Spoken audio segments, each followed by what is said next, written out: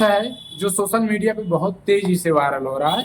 जो एक ट्रेन में खड़े होके यात्रियों के और स्टूडेंट के बीच में वो अपनी दुख नहीं, पूरे देश के और उत्तर प्रदेश के जो युवा के साथ में भेदभाव एक शिक्षा को लेके होता है कि आज के समय में शिक्षा सही में कहा गया है कि धंधा बन गया है।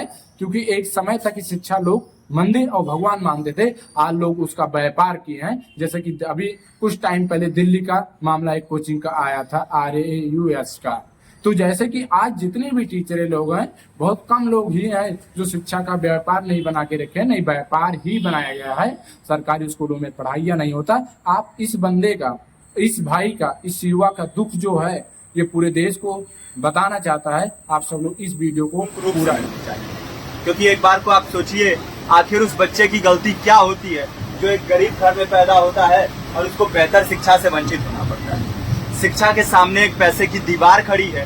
जो जितनी ऊंची दीवार लांघ सकता है, जो जितना अधिक पैसा शिक्षा पे खर्च कर सकता है, वो उतनी बेहतर शिक्षा पा सकता है। लेकिन अगर एक देश एक है, लोकतांत्रिक देश है, तो शिक्षा भी सबको एक समान रूप से तो मिलनी ही चाहिए। आज परिस्थिति ये है कि एक तरफ तो प्राइवेट स्कूल हैं जो लूट के अड्डे बने हुए हैं, वहां पे आप एडमिशन कराने जाएंगे तो सिर्फ एडमिशन के नाम पे ही आपको 10,000 20,000 रुपए देना होगा। और कमीशन खोरी का ऐसा धंधा है कि कॉपी, किताब, टाई, बेल्ट, ड्रेस, जूता कहाँ से खरीदना है ये आप नहीं तय करेंगे वो प्राइवेट स्कूल वाले। यानी आम लोगों की मेहनत की आखिरी कौड़ी उनके जेब से वसूल लेना चाहते हैं। और दूसरी तरफ सरकारी स्कूलों में न तो पर्याप्त टीचर है, न पर्याप्त बिल्डिंगें। 2019 का ही ये पुराना आंकड़ा है कि हर 100 में से 52 स्कूलों में या तो एक टीचर है या 2 टीचर हैं। और उन्हीं टीचरों के ऊपर जिम्मेदारी थोप दी जाती है कि जनगणना करो, मतगणना करो, पशु गणना करो, तमाम काम करवाए जाते हैं। और 19 के बाद से तब से कितने टीचर रिटायर हुए होंगे और 18 के बाद से कोई टीचर की वैकेंसी भी नहीं है। आप खुद भी सोच सकते हैं ये परिस्थिति और कितनी बिगड़ी हो। इसीलिए हम लोग ये मांग उठा रहे हैं, चाहे कोई राष्ट्रपति का बच्चा हो या किसी मजदूर का, सबको शिक्षा एक समान मिलनी चाहिए और निःशुल्क रूप से मिलनी चाहिए। प्रेमचंद ने अपने दौर में भी कहा था कि एक सभ्य समाज में ऊंची से ऊंची तालीम मुफ्त होनी चाहिए और इसका पूरा खर्च गवर्नमेंट को उठाना चाहिए, क्योंकि हमारे देश को फौज से ज्यादा आवश्यकता तालीम की। और शिक्षा से जुड़ता हुआ ही दूसरा मुद्दा हम लोग उठा रहे हैं।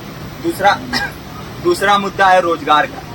रोजगार की परिस्थिति ये है कि आज सरकारी सेक्टर हो या प्राइवेट, सब कुछ ठेका संविदा के हवाले किया जा रहा है। परमानेंट नौकरियां लगातार घटाई जा रही है। इसी रेलवे में 1995 के आसपास लगभग 18.5 लाख कर्मचारी काम करते थे, लेकिन आज उनकी संख्या 12 लाख है।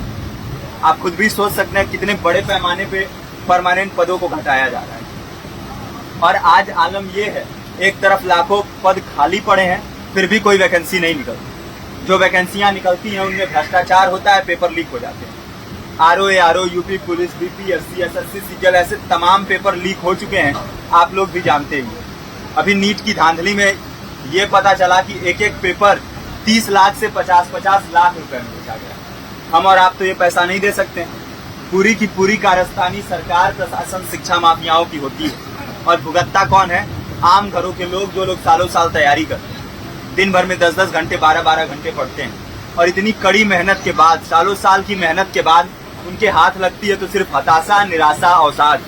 बहुत से छात्र नौजवान जो इस बेबसी में, इस डिप्रेशन में नहीं जी पाते, आत्महत्या तक के कदम उठा लेते हैं। लेकिन ये देश की विडंबना है कि टीवी चैनल, अखबार, मीडिया, नेता, मंत्रियों के लिए कहीं ये कोई मुद्दा नहीं है। उनके लिए मुद्दे हैं तो जाति, धर्म, रंग, नस्ल, अगड़ा पिछड़ा।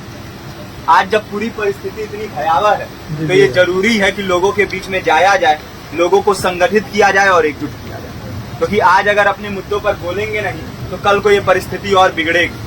हो सकता है ले देके अपनी जिंदगी तो हम लोग काट ले जाएं, लेकिन आने वाली पीढ़ियों को क्या भविष्य देके जाएंगे, ये भी सोचने वाली बात है।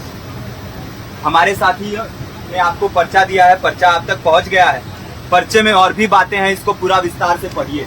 पर्चे में हमारा नंबर है, संपर्क कीजिए। फेसबुक का, इंस्टाग्राम का लिंक है, आप वहाँ पे जाएंगे तो आपको पता भी चलते रहेगा कि लगातार किन किन माध्यमों से हम इस अभियान को चला रहे हैं। नुक्कड़ नाटक, संगीत, शिक्षा सहायता मंडल, लाइब्रेरी, तमाम माध्यमों से इस अभियान को चला रहे हैं और कोशिश कर रहे हैं कि बड़े से बड़े पैमाने पर हर जगह पे लोगों को संगठित किया जाए और एकजुट किया जाए। आपके बीच भी आए हैं आपका साथ और सहयोग दें। साथ इस रूप में कि आप भी हमारे इस कारवां और इस मुहिम से जुड़िए।